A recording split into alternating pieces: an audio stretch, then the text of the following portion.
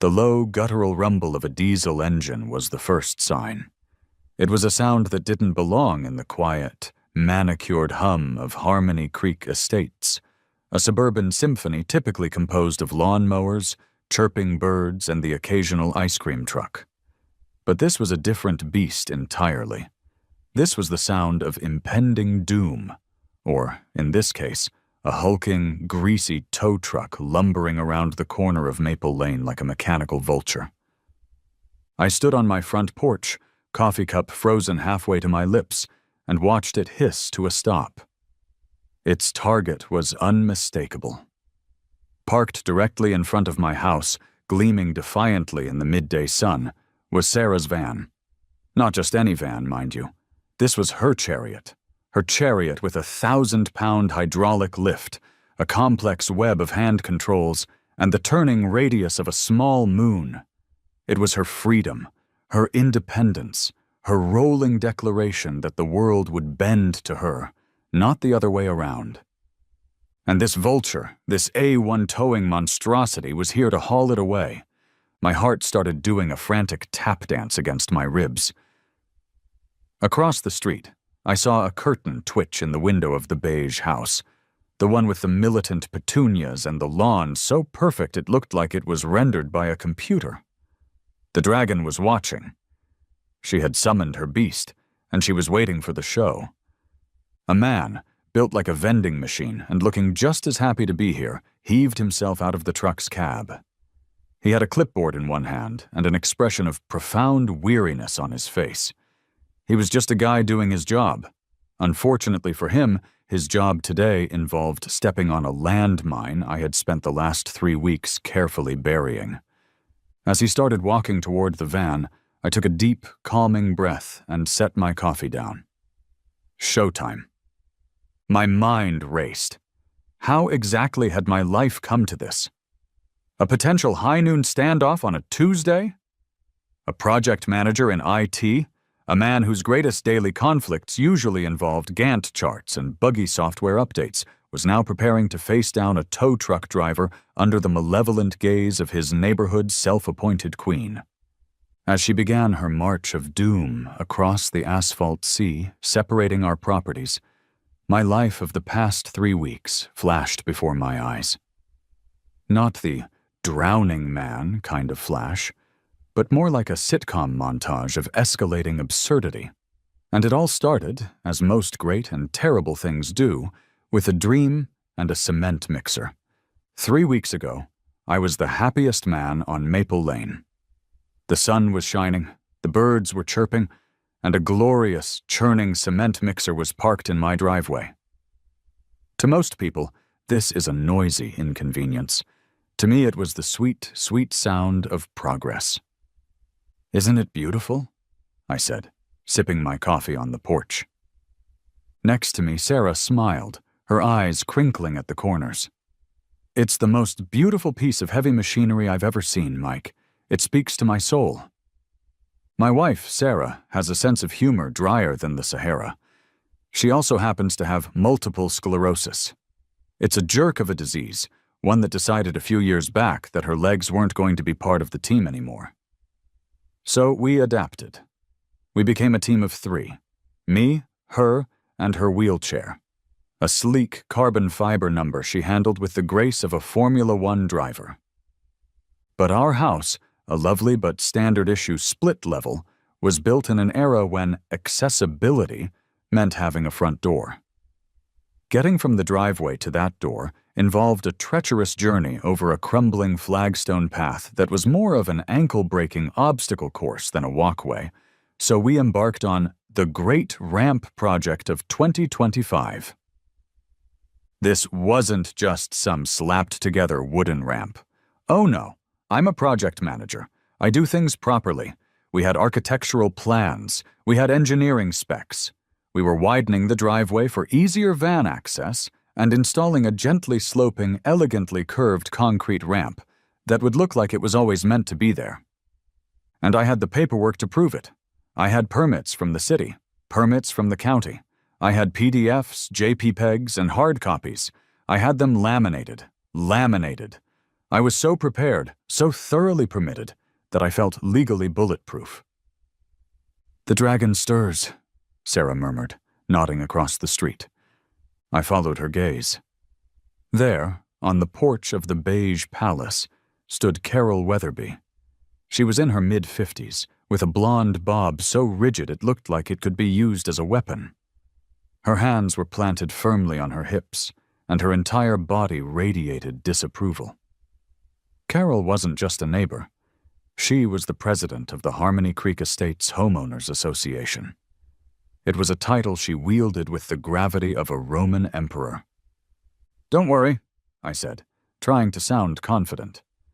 "I've already sent her a courtesy email with the project timeline and a PDF of the city permit. I even used a friendly font. Comic Sans. Kidding. I used Calibri. I'm not a monster." Sarah took a sip of her own coffee, her eyes twinkling with mischief. "Did you attach a gift basket? Because anything less than a full frontal charm offensive is considered an act of war with her.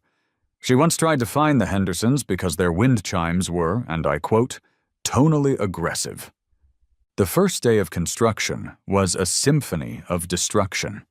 Gus, our contractor, and his crew made short work of the old walkway and driveway. Gus was a big, bearded guy who looked like he wrestled bears for fun, but he had a surprisingly gentle touch with a bobcat. By 5 o'clock, our driveway was a crater of dirt and gravel. Sarah's van, our only vehicle equipped for her, was parked on the street, directly in front of our house, perfectly and unimpeachably legal according to every city ordinance in the book. I felt a surge of accomplishment, a sense of a plan coming together. The feeling lasted approximately 12 hours. The next morning it was there. It wasn't taped to the door. That would be too crude, too adhesive.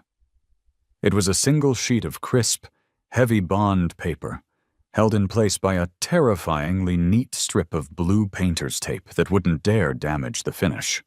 It was a work of passive-aggressive art. Harmony Creek Estates Homeowners Association. Official notice of violation.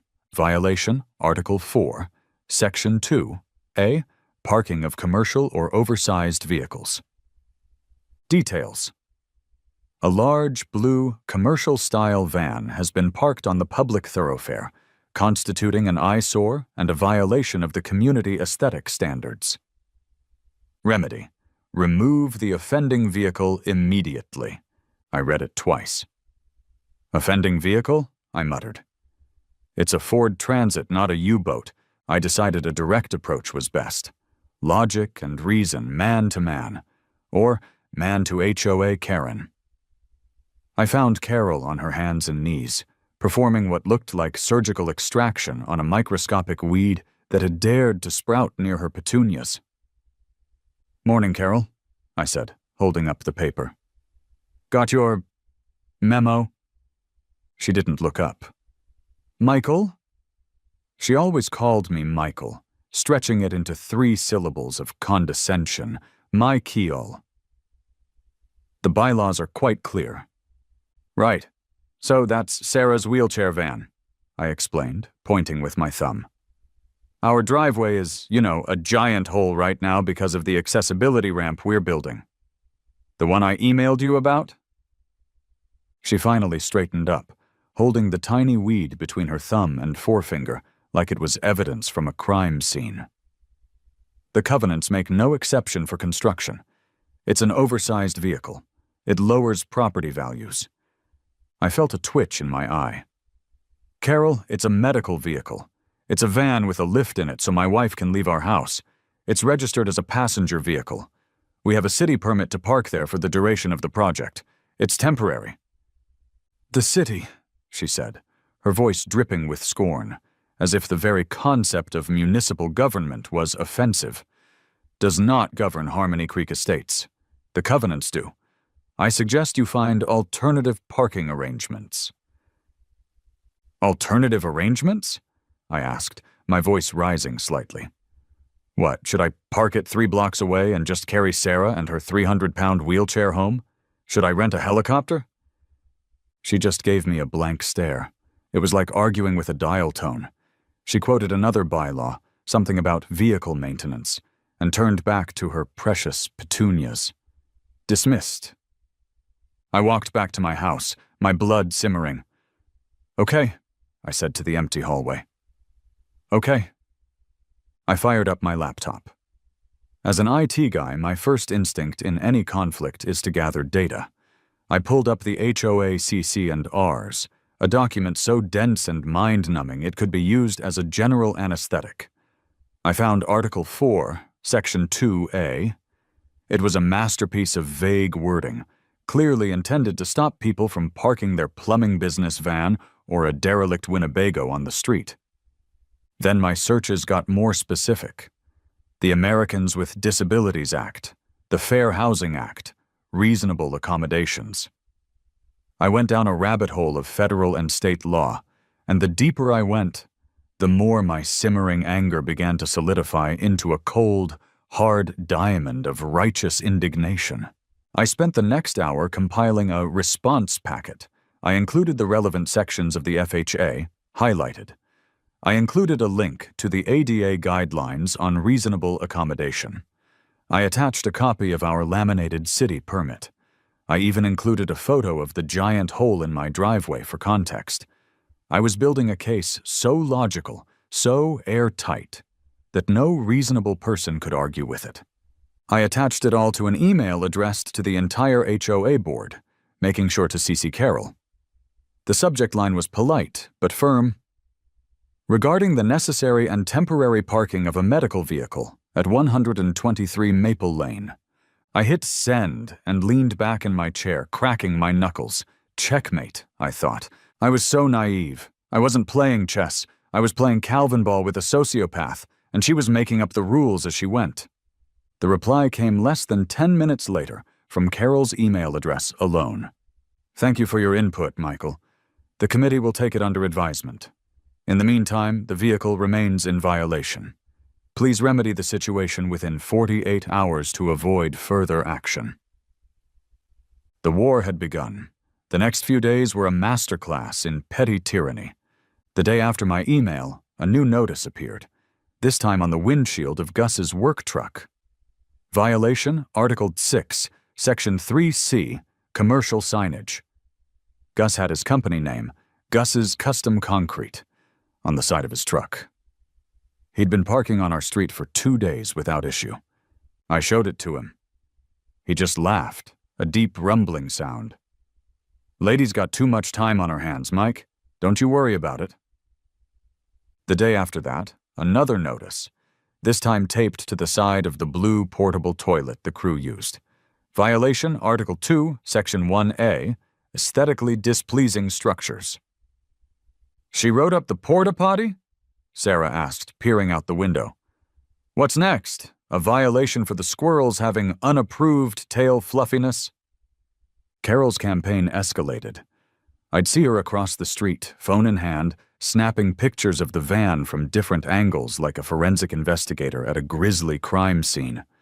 Sarah started waving at her from the living room window, which only made Carol's scowl deepen. Gus and his crew became my unofficial support group. "You know, I've been doing this for 20 years, Gus said to me one afternoon, leaning on a shovel. "I've dealt with some real characters. Had a guy in Northgate who claimed my cement mixer was disrupting his feng shui. But this one? She's special. She's a future legend. We'll be telling stories about Clipboard Carol for years to come."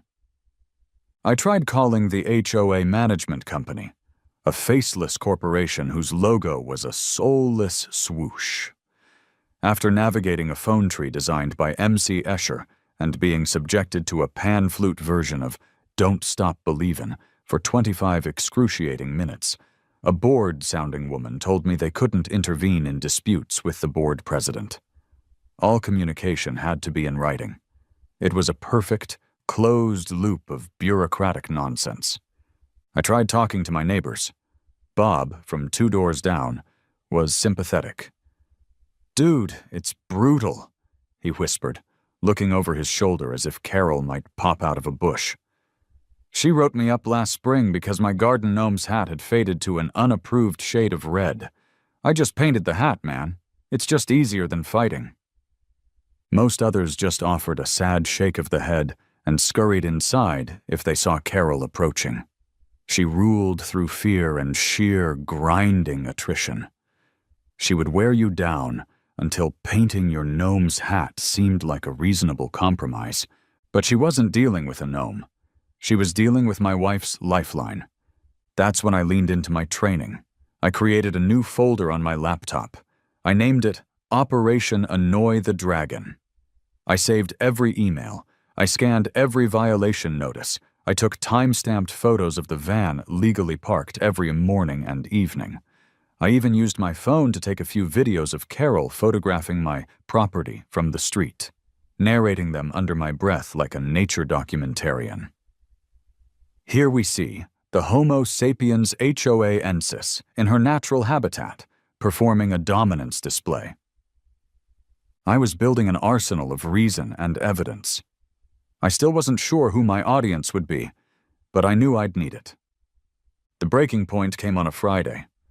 Tucked under the van's windshield wiper was a new kind of notice. This one wasn't on polite, heavy bond paper. It was a fluorescent orange sticker, the kind with adhesive so powerful it bonds with glass on a molecular level. Final warning.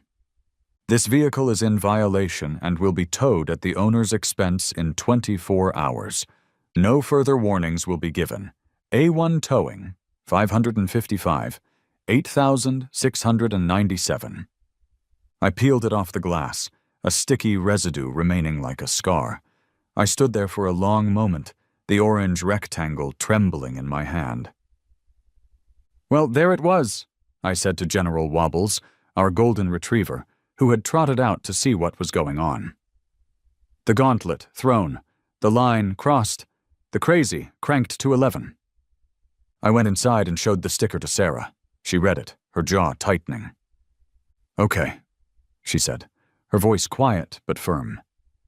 "So she's officially gone nuclear. What's the plan, project manager?"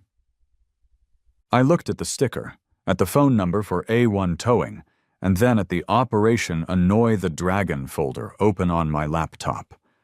A beautiful, intricate, and deeply satisfying plan began to blossom in my mind. "The plan," I said with a slow smile, "is to let her walk right into a trap she's building for herself. We're going to be so reasonable, so by the book, that her head might actually spin off." My first call was not to a lawyer. It was not to the HOA. It was to the county's non-emergency sheriff's line. A calm, professional dispatcher answered.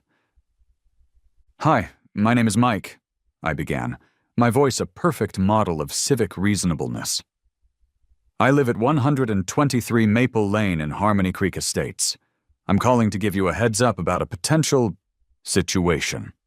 We're having a medically necessary wheelchair ramp installed. Our driveway is demolished, and my wife's wheelchair van is parked on the public street in front of our house. It's fully legal, registered, and insured. However, our HOA president has been harassing us and has now threatened to have it towed illegally tomorrow." I gave her my name, Sarah's name, the van's license plate number, and a brief summary of the ADA and FHA laws. I politely asked her to make a note of it in the system, to create a record. "I can do that, sir," she said. "I'll create an incident number for you. It'll be on file." I wrote down the number. Digital breadcrumb number 1, secured. My second call was to A1 towing. I was transferred to a weary-sounding woman who I imagined had heard every excuse in the book. "Hi there," I said, again with a cheerful, non-confrontational tone. "My name's Mike. I'm just calling to give you a friendly heads up. If you get a call from the Harmony Creek HOA to tow a blue Ford Transit from 123 Maple Lane tomorrow, you might want to know that it's a wheelchair van parked legally during a ramp construction. It's a wrongful tow situation, and we've already notified the Sheriff's Department of the ongoing harassment. The incident number is—" I read it to her. "Just trying to save your driver a wasted trip and a whole lot of legal trouble." She was quiet for a moment. Okay, thanks for the info." It wasn't a promise, but it was a seed of doubt. It was a little red flag planted in their system. The deadline was noon the next day. Gus and his crew were scheduled to be there to pour the new concrete. The stage was set. I printed out my entire Annoy the Dragon folder, every email, every photo, every laminated permit, and put it in a neat binder on the entryway table. I charged my phone to 100%. That night, Sarah and I watched a comedy. We tried to relax, but the tension was a third person in the room. "You know," Sarah said during a commercial, "part of me really hopes she does it. Is that terrible?" I grinned, grabbing a handful of popcorn. "Not at all. I've already mentally prepared my victory speech." We went to bed not knowing if we'd wake up to a van or an empty, oil-stained patch of curb. But either way, we knew the war was coming. And that brought me right back here, to this moment. The sun beating down, the smell of diesel in the air, and Carol Weatherby, HOA president and self-appointed guardian of suburban mediocrity, arriving to witness what she thought was her ultimate triumph. She strode across the street with the determined gait of a general reviewing her troops. I walked down my temporary plywood walkway to meet the tow driver, Dave, on the sidewalk. "Hey there," I said, keeping my voice friendly. "I'm Mike. This is my van. Can I help you?" Dave, the vending machine-shaped driver, consulted his clipboard. "Got a call from the HOA to tow this vehicle. Private property tow." "Right, about that," I said, gesturing to the public street we were standing on. "First problem, this is a public street, not private property. Second, this is a federally protected medical vehicle. Towing it would be let's call it a career-limiting move. I actually called your office yesterday to give you a heads up." Dave sighed, a long, mournful sound. I could see the internal conflict on his face. He had a work order. But my story sounded plausible, and expensive if true. "Look, man," he grumbled. "I just take the calls. Ticket says tow the blue van." That's when Carol arrived, clipboard held aloft like a holy symbol. "Is there a problem here?" "Driver," she chirped, her voice oozing smug satisfaction. "This vehicle is in clear violation of the covenants." "The only thing clear here, Carol," I said, my friendly demeanor evaporating, "is that you're about to break several state and federal laws in front of witnesses." I nodded towards Gus and his two-man crew, who had stopped working and were now leaning on their shovels, a silent, intimidating wall of plaid and work boots. Carol sputtered. This was not how her victory was supposed to play out. "This is an official HOA action. You are interfering." I pulled out my phone. "I'm just going to record this for everyone's protection," I announced cheerfully. "You can't record me," she shrieked. "Public street, Carol. First Amendment. It's a classic." I held the phone steady. "Now, for the record, I am asking you one last time to call this off. Cease and desist your harassment." Carol's face was turning a fascinating shade of blotchy red. She ignored me and turned to Dave. "Driver, do your job. I have authorized this tow. The HOA will cover any issues." Dave looked at me, with my phone and my calm demeanor. He looked at Carol, who was starting to look genuinely unhinged. He looked at Gus and his crew, who looked like they were ready to use their shovels for something other than concrete. He made an executive decision. He sighed, keyed the radio on his shoulder, and said, "Yeah, dispatch, it's Dave. This one at 123 Maple's a bit complicated. The owner's here, says it's an illegal tow, talking about the ADA." "Yeah, looks like he's got paperwork. Maybe you should call the client back. In the meantime, I think I'm going to need a police escort to verify before I hook this thing up." The magic words. Carol's face went from smug triumph to pale fury. The cavalry was coming. The only question was, whose side would they be on? The next 10 minutes were the most awkward street theater I'd ever been a part of. I stood calmly by my van. Dave leaned against his truck, arms crossed, refusing to make eye contact with anyone. Gus's crew engaged in some light, performative sweeping, but their ears were tuned to our frequency. And Carol paced. She paced on the asphalt like a caged tiger, muttering about bylaws and insubordination. Sarah gave me a discreet thumbs up from the front window. Finally, a county sheriff's patrol car rolled up. A young officer got out, all spit-shined boots and earnest ambition. He looked like he was barely old enough to vote. Let's call him Officer Kent. Before he could even ask what was going on, Carol was on him. "Officer, thank goodness you're here. This man," she pointed at me as if I'd just robbed a bank, "is refusing to move his illegally parked vehicle, and he is interfering with a legitimate business contract." Officer Kent turned to me, a confused look on his face. I held up my hands in a gesture of pure innocence. "Officer, my name is Mike," I said calmly. "This is my wife's wheelchair van. Our driveway is under construction for a new ramp, as you can see. We have all the city permits. The HOA president here is trying to have it towed from a public street in violation of the Americans with Disabilities Act. I actually called your non-emergency line yesterday to report the harassment. The incident number should be in your system." The change in Officer Kent's posture was immediate. His simple parking dispute had just sprouted a forest of thorny legal issues. "Okay," he said slowly. Let me just check on that." He walked back to his car. As he was tapping on his computer, a second, much older Ford Crown Victoria cruiser pulled up behind him. The door opened, and Sheriff Miller emerged. If Officer Kent was a rookie, Sheriff Miller was the final boss. He was in his late 50s, with a slight paunch and a magnificent gray mustache that had seen things.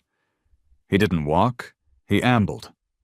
He moved with the slow, deliberate energy of a man who had already dealt with 3 domestic disputes over lawn gnomes this morning, and was not in the mood for a 4th. "What have we got, Kent?" His voice boomed, gravelly and tired.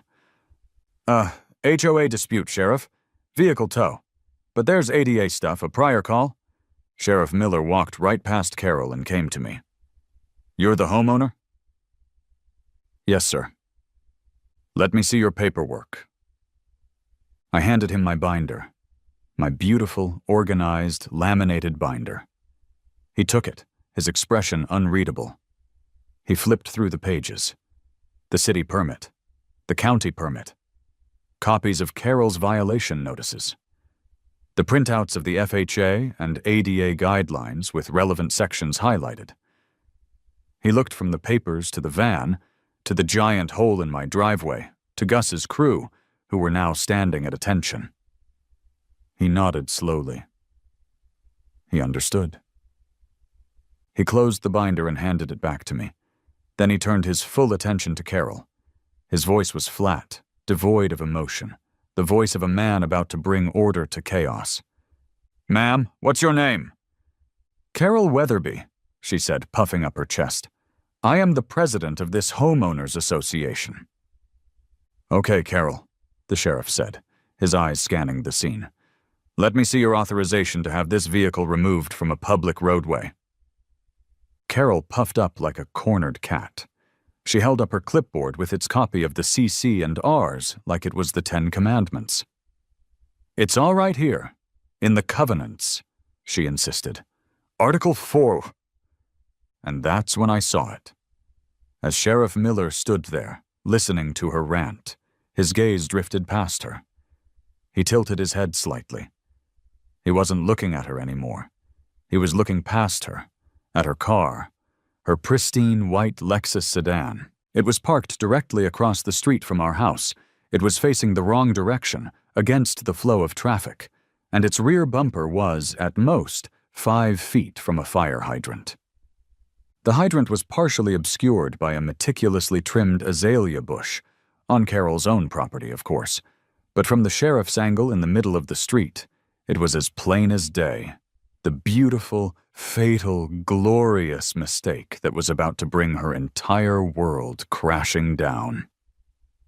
A slow smile spread across my face.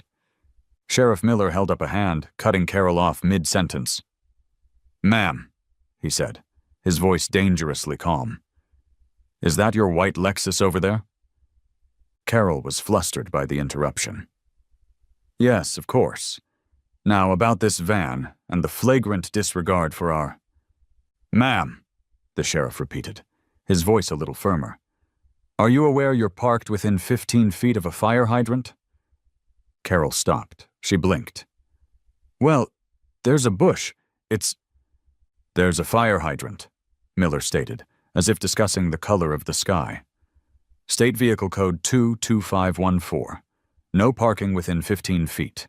No exceptions. No excuses. No bushes." He paused, letting the words hang in the air. "Also, you're parked facing against the flow of traffic.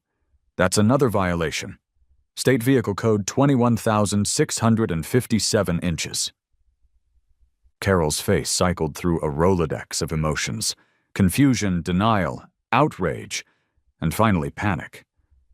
But this is my house. I'm the HOA president. You can't give me a ticket."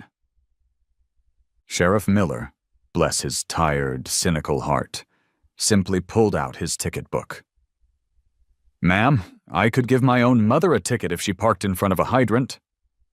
As he began to write, his pen scratching with resolute finality, I noticed the street had become a bit congested. The two cruisers, the tow truck, and my van had created a bottleneck. A mail truck was trying to slowly, carefully navigate around the tow truck. Sheriff Miller looked up from his ticket pad. "Furthermore, ma'am," he added, his voice laced with a new layer of official displeasure, "by calling out a tow truck for a non-issue, creating this obstruction, and standing here in the middle of a public roadway arguing with me, you are actively impeding the flow of traffic. That's a whole other citation if you'd like to try for the hat trick." Carol's mouth opened and closed like a fish. No sound came out. The sheriff tore the tickets from his pad with a satisfying rip. He handed them to Carol, whose hand was trembling. He turned to me and gave me a slight nod. "Sir, your vehicle is fine. It's legally parked. You have a good day. Tell your wife we hope the ramp turns out nice." He then turned to Dave, the tow driver, who had been watching the entire exchange with the fascination of a man seeing a unicorn. Sheriff Miller pointed with his pen, not at my van, but at the white Lexus. "Son," he said, his voice ringing out in the sudden silence, "you're not towing that van." He pointed at Carol's car. "You're towing that one. It's a public safety hazard." The world seemed to slow down. Dave's jaw dropped. Gus let out a low, appreciative whistle. Carol looked from her beloved Lexus to the tow truck, to the sheriff, and let out a sound that was somewhere between a gasp and a dying star. It was the sound of pure, unadulterated karma, delivered by a man with a mustache and a ticket book. It was the sweetest music I had ever heard.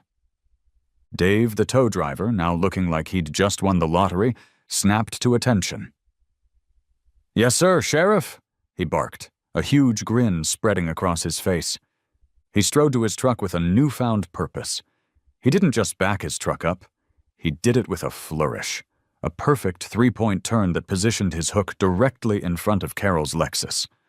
I could hear every glorious sound, amplified in the stunned silence. The groan of the hydraulics, the metallic clank of the chains being unfurled, the high-pitched whir of the winch. Carol, snapped out of her trance, entered full meltdown mode. "You can't do this. This is my car. That's a Lexus. I pay your salary. I'm going to call the mayor. I'm going to sue you. I'm going to sue this entire street." Sheriff Miller just stood there, arms crossed, the picture of calm authority. "You can do all of that, ma'am," he said pleasantly, from the sidewalk. The commotion had finally drawn out the neighbors. Curtains weren't just twitching now. They were wide open. Bob, the garden gnome owner, was standing on his porch, openly gawking, a look of pure, unadulterated joy on his face. Gus and his crew had abandoned all pretense of work. They were lined up on my dead lawn, shovels at rest, enjoying the show like it was the 4th of July fireworks. Gus caught my eye and gave me a huge, slow wink. Dave expertly hooked the Lexus, raised the front wheels off the ground, and gave the car a final security-checking jiggle. He hopped in his cab, gave a jaunty little toot-toot of his horn, and pulled away. Carol's beautiful status symbol Lexus, the one that screamed, "I have better taste than you," was being hoisted and dragged away in a tow of shame, its front wheels spinning uselessly. It was poetry. It was art. It was justice. Carol was left standing alone in the middle of the street, clutching her tickets, watching her car disappear around the corner. She looked small, deflated, and utterly defeated. She shot one last, venomous glare in my direction, then turned and did the walk of shame back to her house. The front door slammed shut with a sound that echoed down the quiet street. Sheriff Miller walked over to me. "You have any more trouble from her? You call me directly," he said, handing me his business card. He and Officer Kent, who looked like he'd just received a semester's worth of education in 10 minutes, got in their cruisers and drove away. Silence descended, broken only by a single clap, and then the sound of Gus's entire crew bursting into laughter. "Mike, my friend," Gus boomed, slapping me so hard on the back I nearly fell over. "That was better than television."